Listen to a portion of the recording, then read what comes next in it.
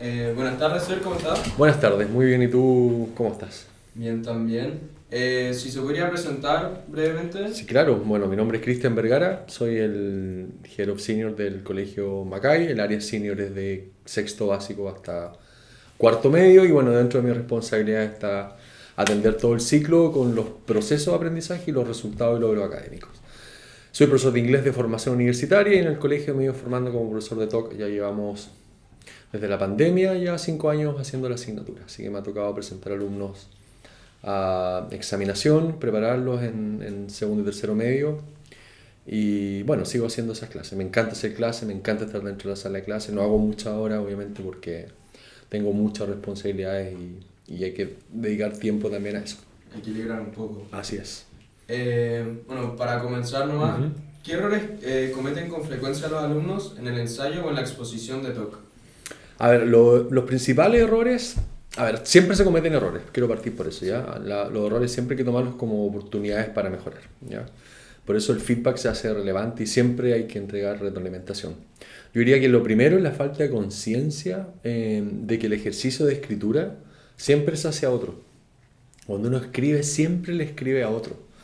A veces se pierde de vista ese elemento y uno escribe pensando que solamente uno lo debe entender. Yo diría que eso es el primer error. Siempre hay que plantearse la escritura como una situación retórica, es decir, yo escribo un tipo de texto con una audiencia en particular y yo tengo que ajustar tanto el texto como el tipo de vocabulario, léxico que voy a ocupar, porque la audiencia también puede cambiar. Así que yo diría que eso es lo primero. Eh, no olvidar que lo que yo escribo lo escribo para alguien más, ¿ya? Lo segundo es esa capacidad del estudiante, que no sé si es un error, porque tampoco trae mucha formación previa, hasta primero medio no existe TOC. Yo diría que esa capacidad de observar el mundo, ¿ya? Y poder encontrar ejemplos alrededor, en la realidad que vive cada uno de los estudiantes, ¿ya? Porque esos ejemplos son los que finalmente van a ayudar a responder y a respaldar todas las afirmaciones que se hagan ya sea la exposición o en el ensayo de tercero medio, ¿ya? Eso es lo segundo. También yo diría que los tipos de argumentos son un error frecuente porque no necesariamente estructuran siempre los argumentos de la misma forma. Claro. Ahora, teoría del conocimiento siempre invita a que el alumno siga un razonamiento muy lógico. Por lo tanto, lo que hacemos los profesores es enseñarles un orden para poder hacer afirmaciones, luego demostrar o respaldar las afirmaciones con evidencia, luego explicar los ejemplos de evidencia y terminar con la implicancia, ¿ya? Y eso hace que el argumento tenga más peso también. Yo diría que ahí se producen algunos errores, sobre todo al comienzo, ¿ya? Yo diría que el primer año. El segundo ya con harta práctica ya eso va siendo más familiar. Y finalmente, bueno, la redacción, que creo que es un tema más generalizado, cómo escriben. Ahí siempre hacemos hincapié todos los profesores en el tipo de gramática, en la ortografía, la caligrafía, en la sintaxis. Y tiene mucho que ver con el primer punto que te decía, Mateo, que es que uno escribe para alguien más. Por lo tanto, en la medida que yo ocupe mejor las convenciones del lenguaje o las formas del lenguaje, mejor va a ser mi comunicación y mejor recibido va a ser mi mensaje, ¿ya? Así que yo diría que esos son los principales errores en la exposición o en el ensayo de TOC. Y para mejorarlos, más que nada sería la constante ejercitación, el escribir ensayos. Sí, en tercero medio, mucha escritura de ensayos. Nosotros, de hecho, como tenemos 4 periodos sumativas, bueno, ustedes pasaron por la sumativa hasta tercero medio, son 4 ensayos siempre. Por lo tanto, hay una ejercitación súper sistemática y bien pauteada. Sí. Y en segundo medio, aun cuando no hay ensayo, sí lo hacemos escribir argumentativamente. Y bueno, y aquí entra en valor el currículum, ¿cierto? Entendiendo que todas las asignaturas aportan finalmente al estudiante, por lo tanto, lo que enseñan en lenguaje a argumentar también nos sirve en teoría del conocimiento, lo que enseñan en inglés también a escribir, con el PE que usan mucho también les sirve a teoría del conocimiento y viceversa.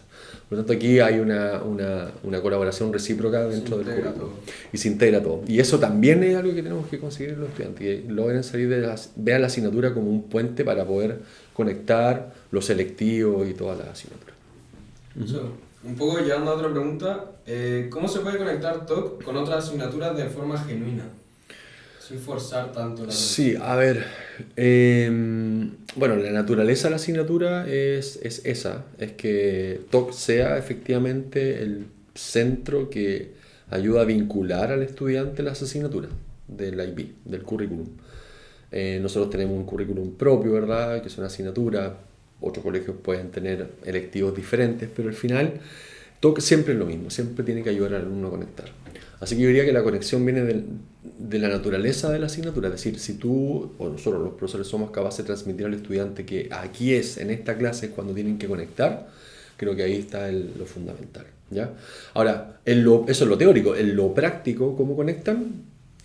Siempre con los ejemplos, ¿ya? Siempre los ejemplos, porque para no quedar en las meras opiniones y lograr argumentar de una manera lógica, tenemos que saber usar buenas evidencias, ¿ya? Y las evidencias tienen, o los ejemplos tienen dos apellidos en TOC, uno que sean concretos y el segundo apellido es que sean específicos.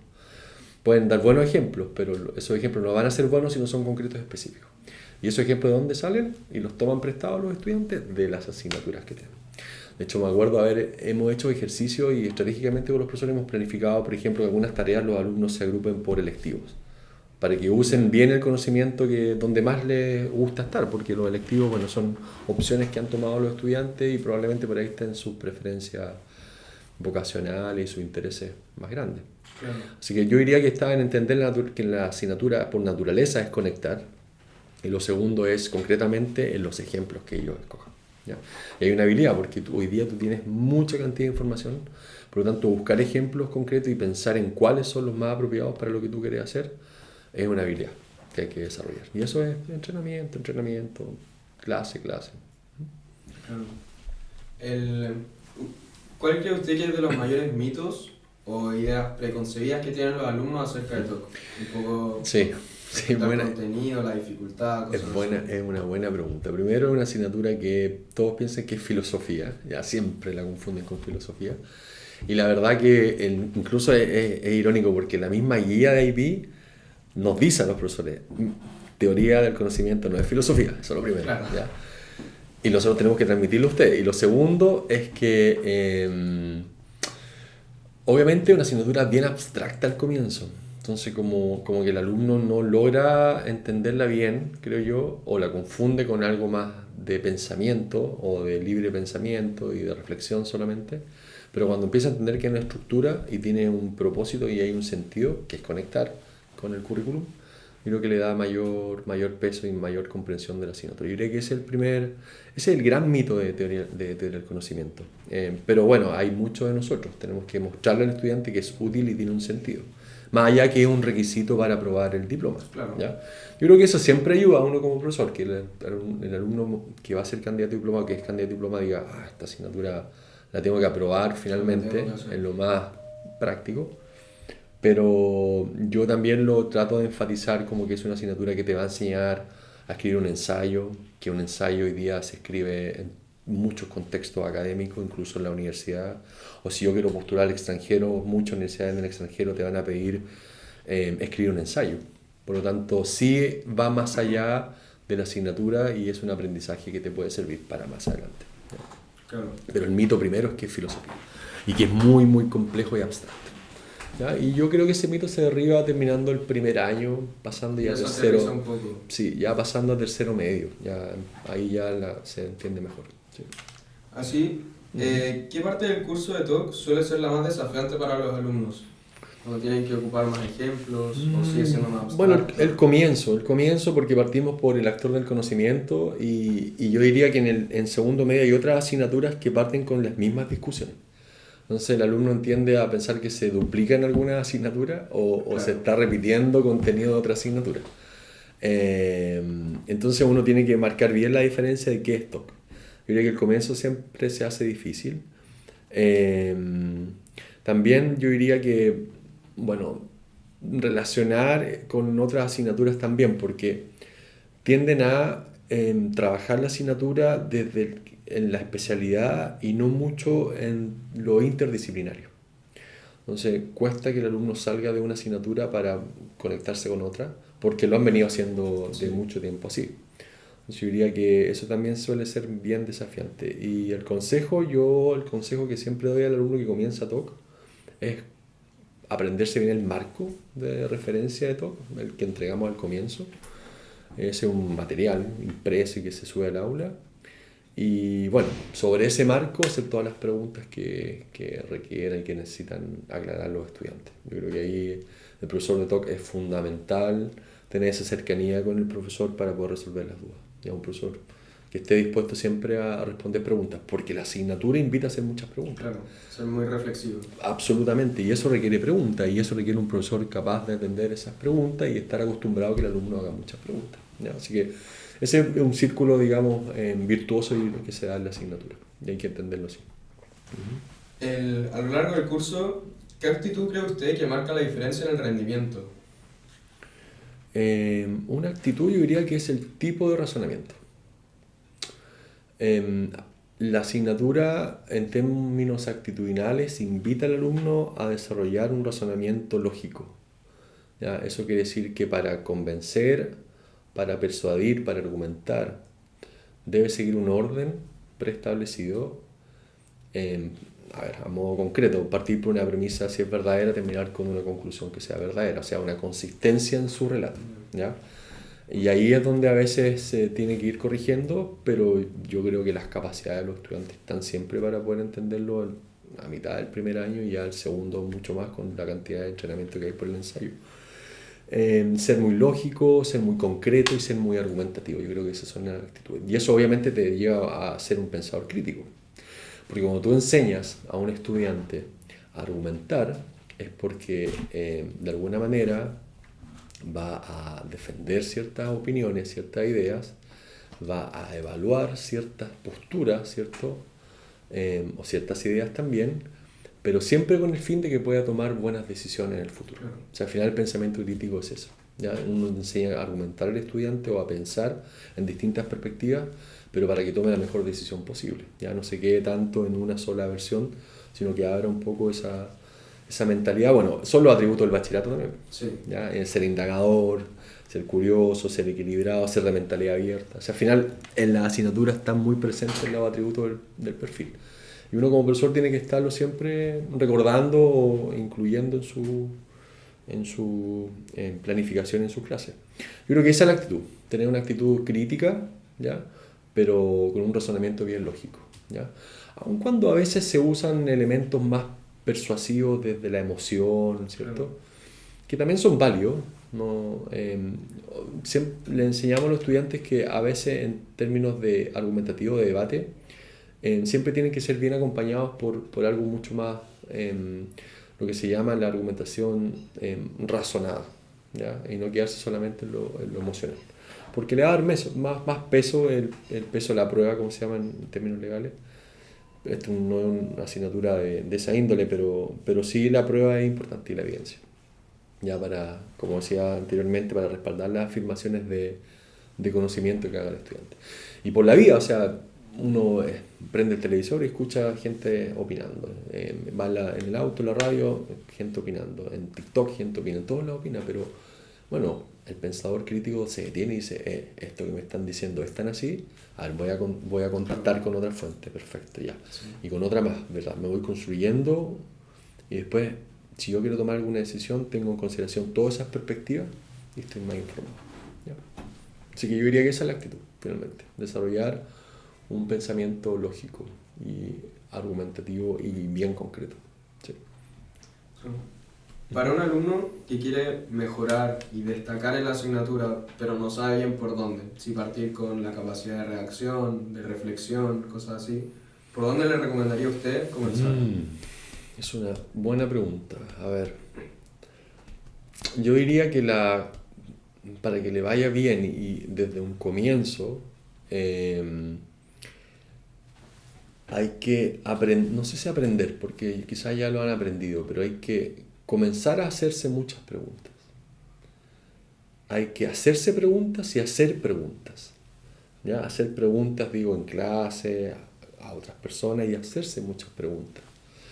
Esa capacidad de estarse cuestionando, ¿cierto? Invita y despierta la curiosidad por profundizar muchas veces en algunos temas, algunas problemáticas. A investigar, a buscar fuentes, a buscar información. Pero también hay que saber, además de hacerse preguntas, encontrar las respuestas o las posibles respuestas a esas preguntas. Y eso va conectado con lo que te decía anteriormente, que tiene que ver con la capacidad de observar alrededor. Muchas de las respuestas a las preguntas que uno se hace, las respuestas están, pero hay que buscarlas, pero están presentes, ¿ya? Ahora hay medios para llegar a esa respuesta. Y ahí, bueno, yo creo que también tiene que ver con la forma en que el alumno puede estar estudiando, organizándose, participando en la clase, el interés que hay por la asignatura también. Eso obviamente siempre pesa en un colegio, dentro de un currículum que tiene muchas asignaturas, ¿ya?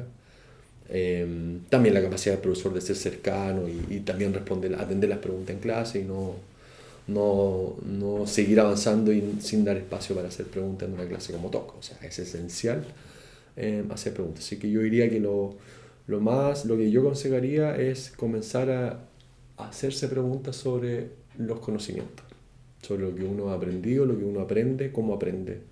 Creo que eso, el entorno en general. eso es, Mateo, tú lo has dicho muy bien. Sí, es a cuestionarse el entorno.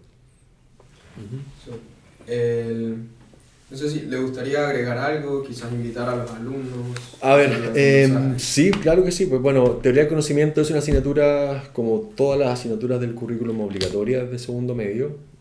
Aun si eres candidato a diploma, no. Eso no es una condición para hacer teoría del conocimiento. Dura 2 años. Yo diría que es una asignatura de tan poco tiempo, porque son 2 horas a la semana y que pasa tan rápido. Al comienzo se puede hacer un poco más lento porque hay que entenderlo, pero luego se pasa muy rápido al final. Es una asignatura que con el tiempo también va aumentando la dificultad y también de la mano con eso el alumno va comprendiendo mejor de qué se trata. Por lo tanto hace más sentido en el segundo año.